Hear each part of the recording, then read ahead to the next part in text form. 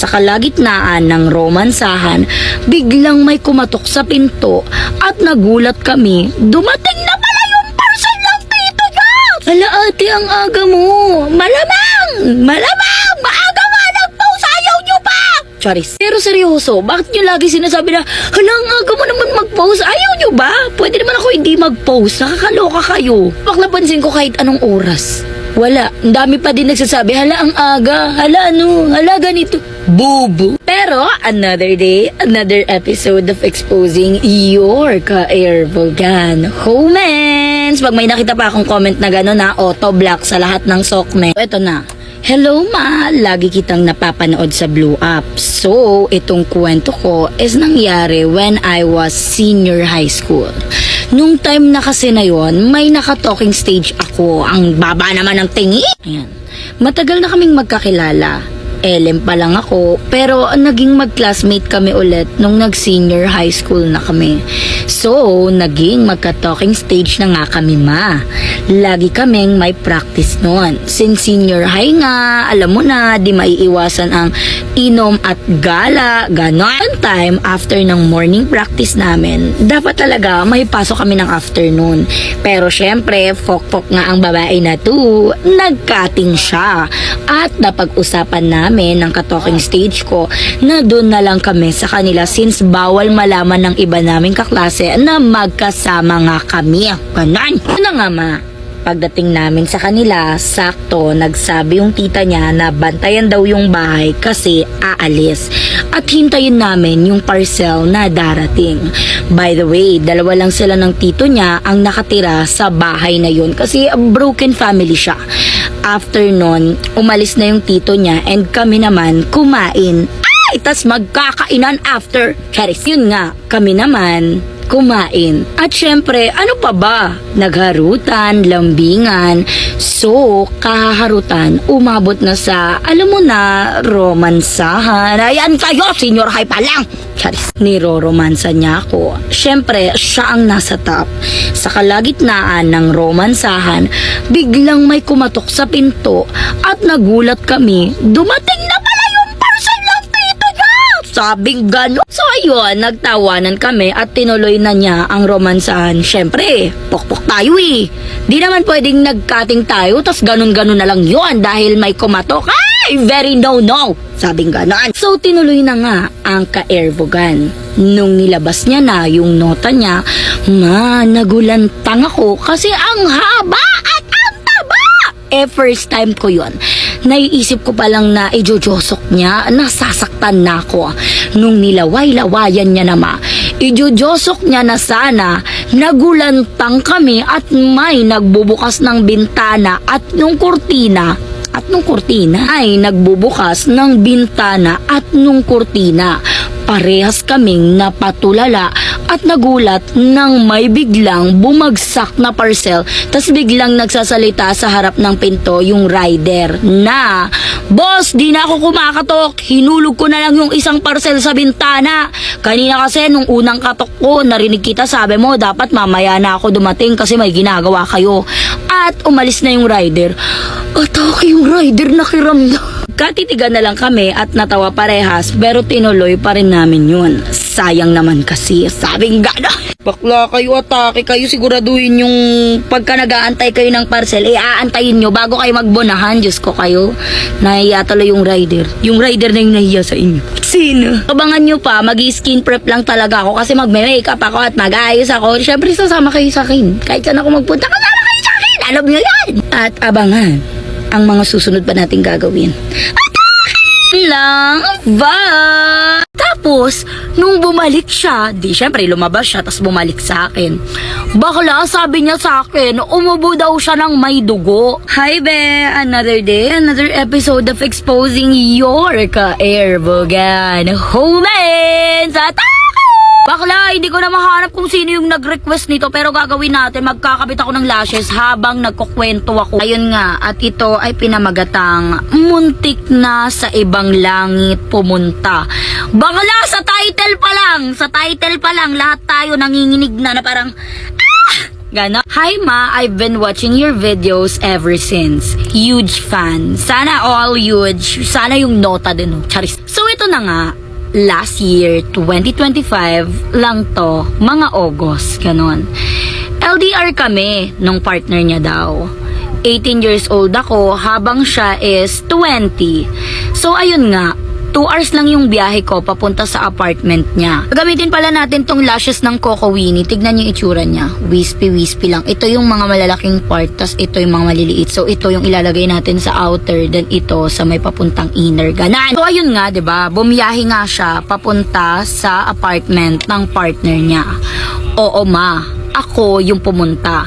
Kasi bago lang siya na-discharge sa ospital noon. Atake na ospital agad, hindi pa nga nakakabona. Uy! So ayun nga, pagdating ko sa place niya, nagpahinga muna siya.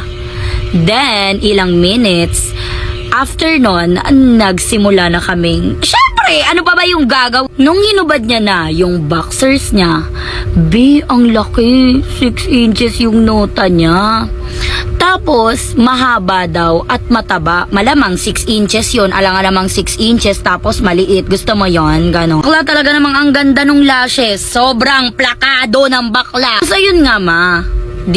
Ginosok na nga daw ang nota nung kuya. So, ayun na nga.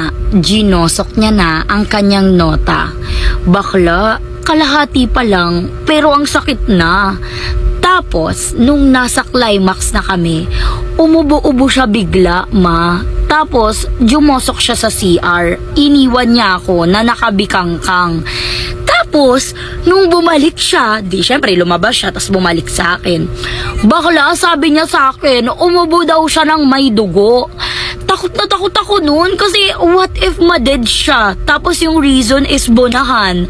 Nakakahiya, kaya ayun, umuwi na lang ako nang hindi satisfied. So learn mga bakla ng taon, pa-recoverin nyo muna yung mga jowa nyo kapag galing ng ospital. Hindi yung bira ng bira, gusto nyo agad binibira kayo. Maya nyo, ano pa mangyari sa mga jowa, balawis nyo bakla, hindi ba kayo magkatuluyan dahil dyan? Sige, yun lang, bye! Nakapatong ako sa kanya.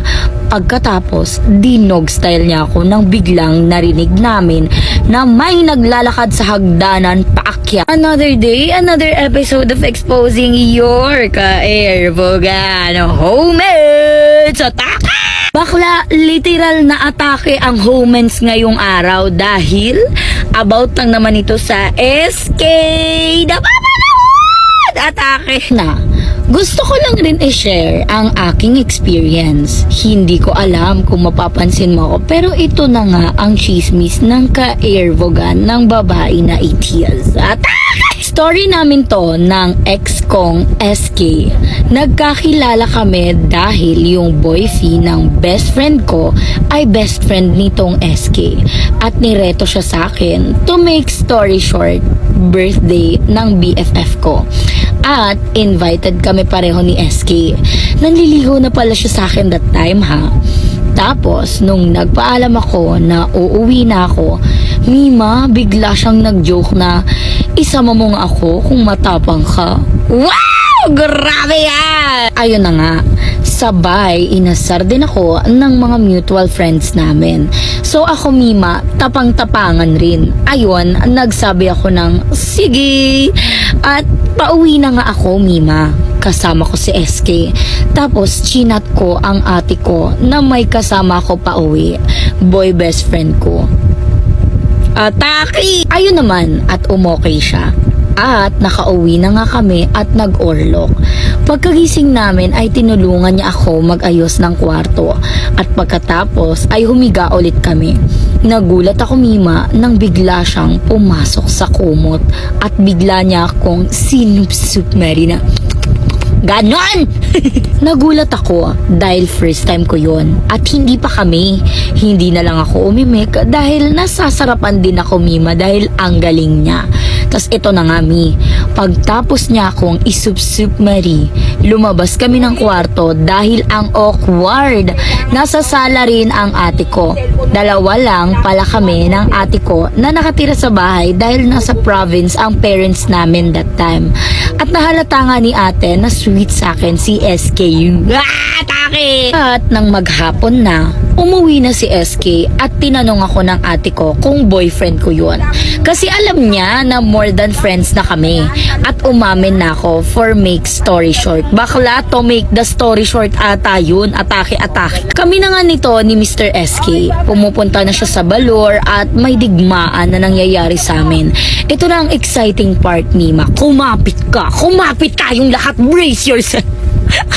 Nung gabing pumunta si SK sa Baler namin, ayun din yung araw na naggrocery kami at nakalimutan kong nasa kwarto inilagay lahat ng stocks namin. Lumabas yung ate ko at kaming dalawa na lang sa bahay, which is ni SK. At ayun, nagkadigmaan na. Nakapatong ako sa kanya. Pagkatapos, dinog style niya ako nang biglang narinig namin na may naglalakad sa hagdanan paakyat. Agad-agad hinugot ni SK ang kanyang nota at nagtulog-tulugan siya. At tama nga, dumating nga ang ate ko. Kukuha siya ng biskwit sa kwarto ko nang nakapatay ang ilaw at nakahubad kami ni SK. Nung nakita kong mag-flashlight ang ate ko, sinabihan ko siya ng huwag kang mag-flashlight or buksan yung ilaw kasi tulog na si SK. At lumabas na ulit ang ate ko. Pero alam ko, nagtataka ang ate ko dahil hindi naman ako nagkukumot pag natutulog. Pagkalabas ng ate ko, tumayo ako at nilak ang pinto. At tinuloy na rin namin ang naudlot naming bonahan. At habang nagbobonahan kami ay natatawa kami kasi muntika na kaming mahuli.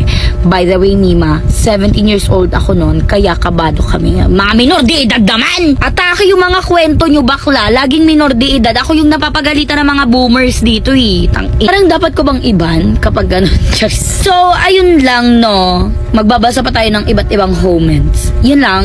Bye! Pagkatapos ng hands, ang nota niya naman ang sinampal sa mukha ko. Another day, another episode of exposing your ka-Ervogan. Homens! Atake! Episode 30 na tayo! Akla, bear with me kasi may singaw ako sa dila at sa pisngi. So, kung ganito ako magsalita, wag niyo akong husgahan. Pakshit kayo. So, ito na nga. Hi Mima, di ko napakahahabaan ang intro. So during this time, nasa whole face ako because of my recent breakup. On the way to meet my favorite eater na previously ay ka-situationship ko. Pero dahil hindi mapigilan ang aking ngipay larot, nagdahilan na lang ako para magkita kami ulit at nag-agree naman siya. Wait lang naman. Hindi na ako nag-shave para hindi naman obvious na bet kong magpalafang sa kanya. Agad-agad akong gumayak at ginamit ang favorite kong perfume. Nagdress na black, fitted sa nananampal kong balakang at tewop, sabi niyang ganon. Para lalong mas daring. Nagpanty lang ako without cyclings or anything. Kaso, ang tagal niya mag-reply bakla at parang nasaktan yung pride ko eh. Nasaktan. OA ka talaga. Hindi marunong mag-antay. Kaya naman agad akong kumontak sa isa kong kachat na never ko pa na-meet at tawagin na lang natin siyang Mr. Grower. Atake, ang daming reserba ni bakla. Available ka ba? Na-cancel kasi yung errands ko at di ko alam saan pa ako pupunta. Bilang sobrang sarap ko lang at talaga namang matagal niya na akong gustong masight, agad-agad siyang pumayag Dapat nakamotor siya kung susunduin niya ako, pero dahil sabi ko nakadress ako, kaya agad siyang pull over ng 4 wheels at ang daming sasakyan, sana all charis. Nagpakipot pa ako pagkatapos niya akong tokain sa karunya. Sabi ko, I don't do motels sabi niyang ganon. Bilang malambot ang ilong, di na tumagal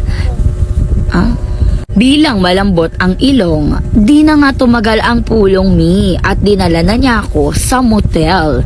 Doon ko nakita ang dragon. Hindi lang siya ibon, kundi dragon, ganuan. Performance level lahat ng fantasy ko naging fantastic, ganon. I like it rough. Kaya nagulat ako nung sinampal niya ako. Ay! Sarap, grabe! Fantastic nga, charis. Pagkatapos ng hands, ang nota niya naman ang sinampal sa mukha ko. Lagitik lahat me. First meet up, pero parang papunta na to sa forever. Uy ka, walang ganun box. After ng session namin at lumambot na ang lahat, doon ko nakita na sobrang liit ng nota niya. Na-discover kong grower pala siya. 20 out of 10, sabing ganon. Nakalimutan ko na ang favorite eater ko at ginos ko na lahat ng nakakausap ko dahil sa performance niya. Period! Ganon! Kayo bakla, gumaya kayo dito sa sender kasi atake kayo, wag kayong papalit-palit ng fubo at kung sino-sino at karo. Atake kayo, baka bigla kayong magkasakit ha. Huwag kayong nagbe-base lang dahil pogi, malaki yung nota o baka malaki yung biceps dun sa fubo nyo. Kapag meron siyang ibang nakakafubo, ay, dead ma! Erase! Goes by! Ganon! Natakot kayo kapag yung fubo nyo meron pang tinitirang iba. Bakla, alam nyo ang pregnancy, kaya yan ma-terminate. Pero ang sakit, yes, sakit. Oh, gusto mo yon? Syempre hindi natin gusto yon. So ayun lang, until our next comments, yun lang. Bye! Putang ina, after nung nangyaring yun, kumakate yung bandang itaas ng dibdib ko. At doon ko na nakita yung mga red circle spots. Get unready with me! Pero magbabasa tayo ng isang comment. Sige, give ko na yan sa inyo. So, another day, another episode of Exposing Your Ka-Airbogan Humans! Sakit talaga ng ipin ko. Atake siya! Tanggalin ko muna yung lens ko bago ako mag-start. Sarap. Sarap mo! Ay po ate, palagi kitang nakikita sa FYP ko, kaya gusto ko lang din mag-share ng story ko. May ex ako, nakasame kami ng circle of friends. Tama diba? COF is circle of friends. Wait lang. Friends to lovers ang atake namin. LOL, sabi niyang ganon. Pero ito na po, ito pong guy na ex ko, masyado po siyang malivog. Tas araw-araw humihingi ng liptolelap. Ako naman, go with the flow lang. Pero after a month ng RS namin, nag-break din kami. Pero yung twist naging fubo ko siya. Ayaw niya daw kasing mag-commit sa commit? Talaga ba commit? Ayaw niya daw kasing mag-commit sa serious relationship, kaya Gina lang din ako. Miss ko na rin siya, mga kalivugan niya, ganon. Tas one time na naglalandian kami sa kwarto, sabi niya sa akin, ijubo ko daw yung nota niya. Ako naman, dahil desperada, kinain ko rin. Big mistake, Mima. Shootang ina, after nung nangyaring yun, kumakate yung bandang itaas ng dibdib ko. At doon ko na nakita yung mga red circle spots. Makadiri talaga. Nagsisisi ako malala doon na na-remember ko na marami siyang babaeng binuna. Shit, fuck! Marami siyang babaeng inano dati bago naging kami. Lesson learned, wag basta-basta umorpap ng nota nang hindi mo alam kung saan pinapasok ng amo niya. Gosh, nyo na isa sa mga payo ko sa inyo, sa videos, sa lives, bakla i-check nyo muna yung body or partner nyo, yung body, fuck body, or yung partner nyo, current partner nyo. Bakla kayo ng taon, talaga. Singit ko lang, alam nyo ba, first time ko lang gumamit ng oil cleanser, nadudulas pa siya sa kamay ko. First time ko lang gumamit ng oil cleanser and first time ko lang din malaman na kapag pala gumamit ka ng ganito, kailangan mo siya i-emulsify. Di mo kaya, emulsify. Kailangan mong i-emulsify. Nalaman ko lang din to, thanks to Glad to Glow, no? Nalaman ko siya, yung emulsify na yan. So, ayan, pagkatapos niyan, ayan na siya. Tinitingnan ko lang sa salamin box, ha. Ayan na siya. Pwede mo na siyang hugasan. Ganon. Ayan, after nyan, ganyan. Ganyan na dapat yung magiging itsura ng face mo. Mukha ka nang nag-cleanser. Kasi bakla, kailangan mong i-breakdown yung oil, kaya na-absorb ng face mo yung oil, kaya ka nagbe-breakdown kapag nag-oil cleanser ka. Kasi hindi mo siya na-i-emulsify sa tubig. Which is, kailangan kuha ka ng tubig and then okay, nagets. So, ito na siya kapag nahilamusan na. And, tubig lang yung ginamit ko dito kasi yun lang naman yung instruction. Mamaya pa ako magki-cleanser, which is yung gagamitin ko is yung Volcano Cleanser ng Glad to Glow din. Yun, Box. Basta lagi kayong mag-iingat kung sino yung magiging kabonahan nyo. Bakla, prevention is better than cure. Aantayin nyo pa bang magkasakit muna kayo bago kayo mag-ingat? Naku, mag-ingat-ingat kayo. Ayun lang, para sa mga homens, magantay lang kayo dyan. Bye!